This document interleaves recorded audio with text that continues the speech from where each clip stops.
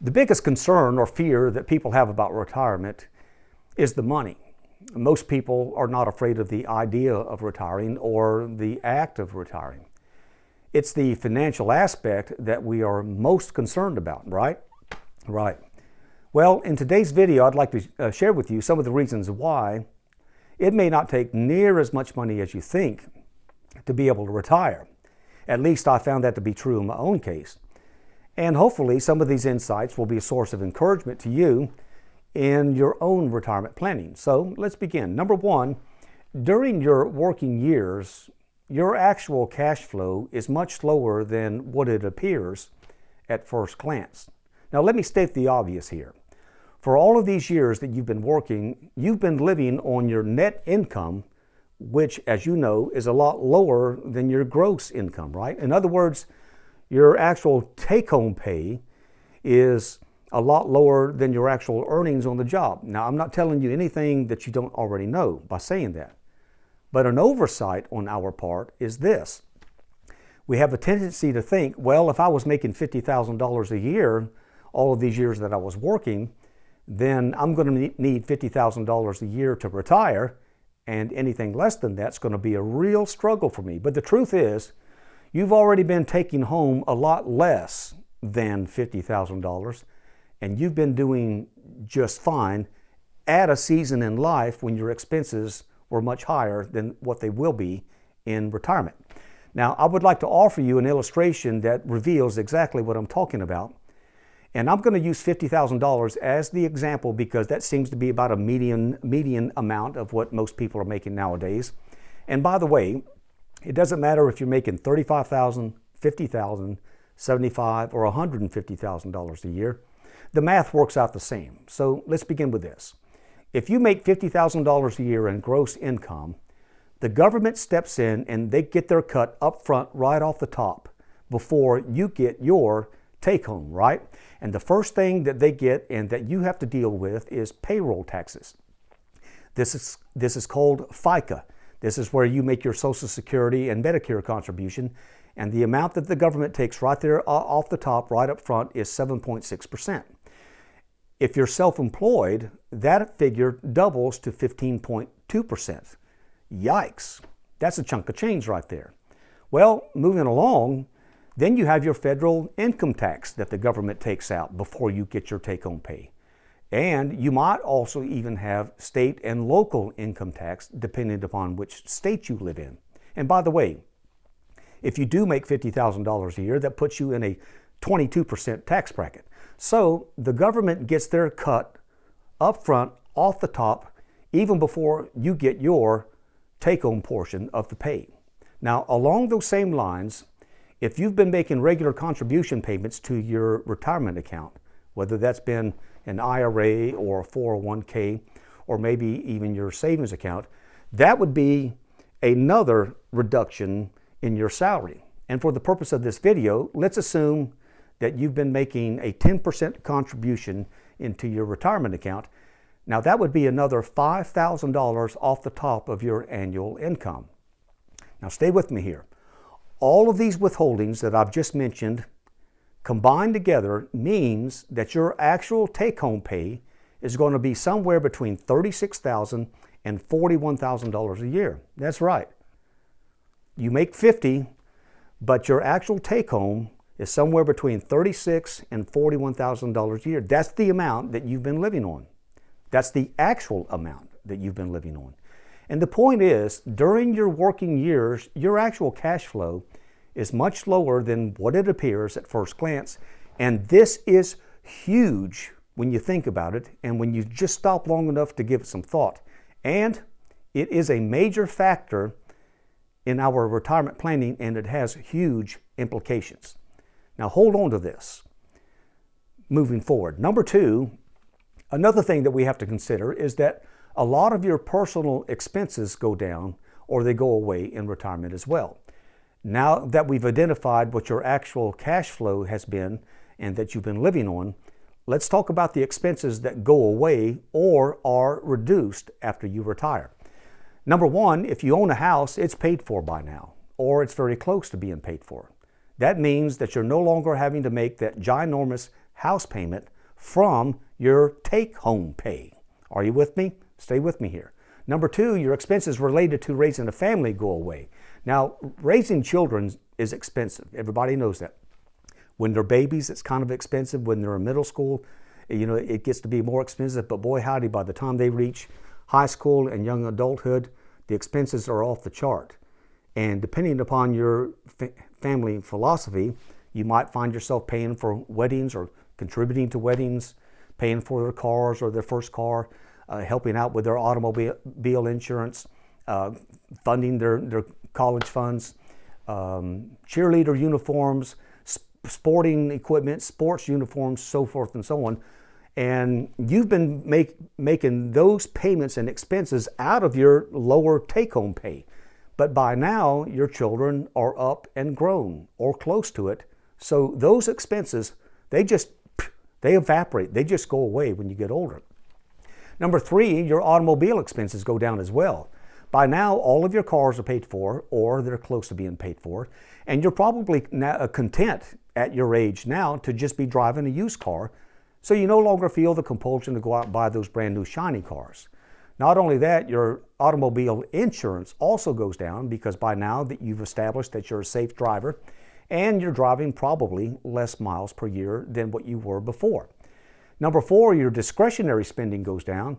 Discretionary spending is anything that you spend money on that you don't really need, such as expensive vacations, designer clothes, or any kind of upgrade in your life. During our working years, we always want to just keep upgrading and upgrading and upgrading, but in retirement, your whole philosophy changes. In retirement, you slow down and you can replace that discretionary spending with free activities or nearly free activities, such as free concerts, going to state parks, picnics, a day at the beach, going to museums, local sightseeing, day trips, micro trips, family gatherings, and those kind of things. In retirement, you no longer feel the need to go, go, go all the time, and you no longer feel the need to spend, spend, spend all the time. You quickly discover in your maturity that recreation and enjoyment doesn't require to have an expensive price tag attached to it all the time. Number five, your career expenses go down as well. Your work clothes, your professional clothing, eating out, continuing education costs, professional development costs, commuting costs, all of that it evaporates and goes away. Now I could keep going on, but I have found all of these expenses going away. I have found it to be true in my own life as well.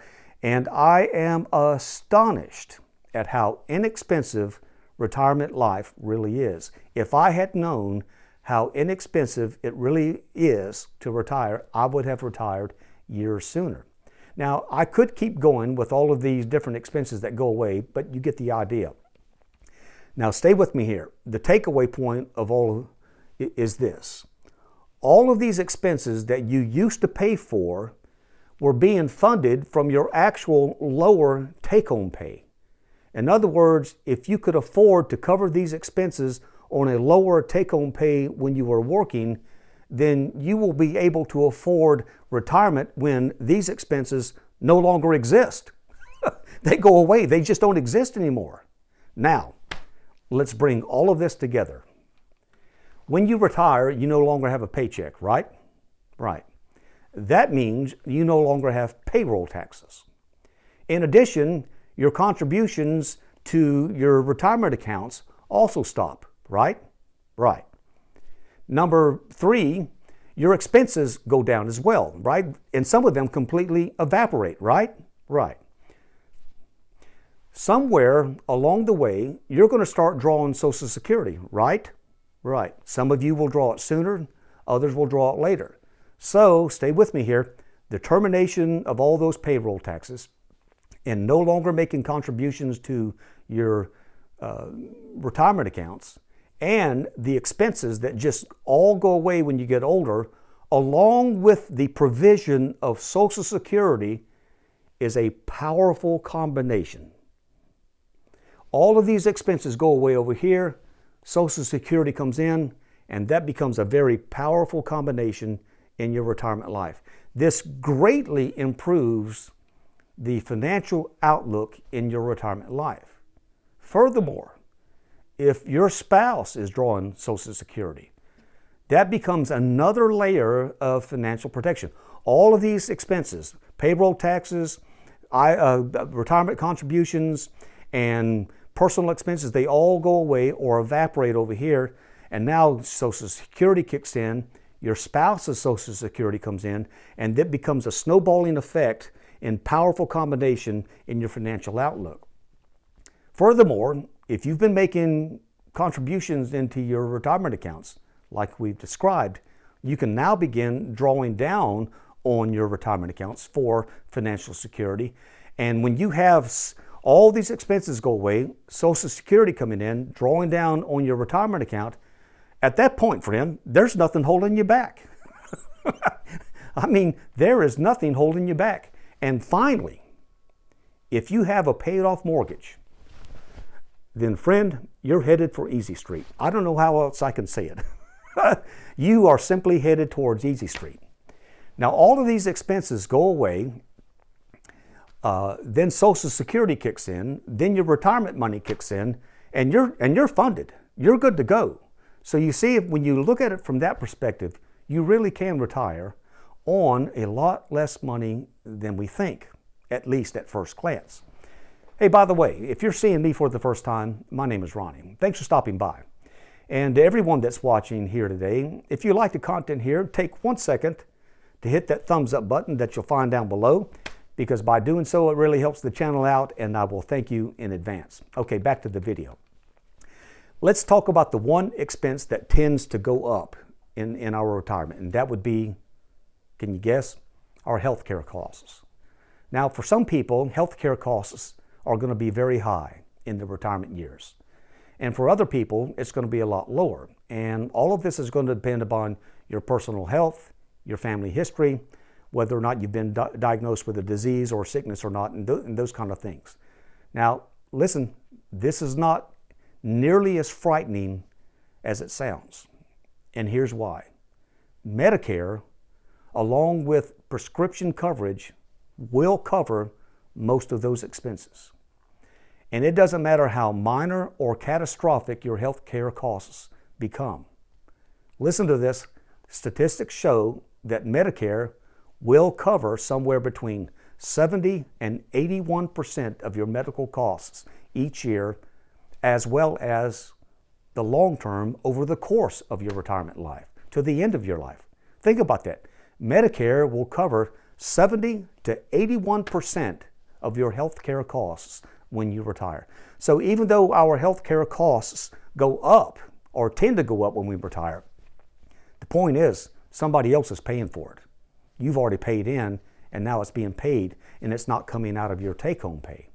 So retiring on a lot less money really is absolutely possible. It just takes some planning, a little creativity, and a little bit of flexibility to make it work. And not only that, it really helps to clear up the fog and dispel some of our fears, right? So there you go. Those are some nuts and bolts reasons why you can retire on a lot less money than you think. If you've enjoyed this video, leave me a comment down below. It will be encouraging to me, and I'm interested in your insights. Other people will read your comments as well, and they will be encouraged also. I'm Ronnie. Take care, and we'll see you next time.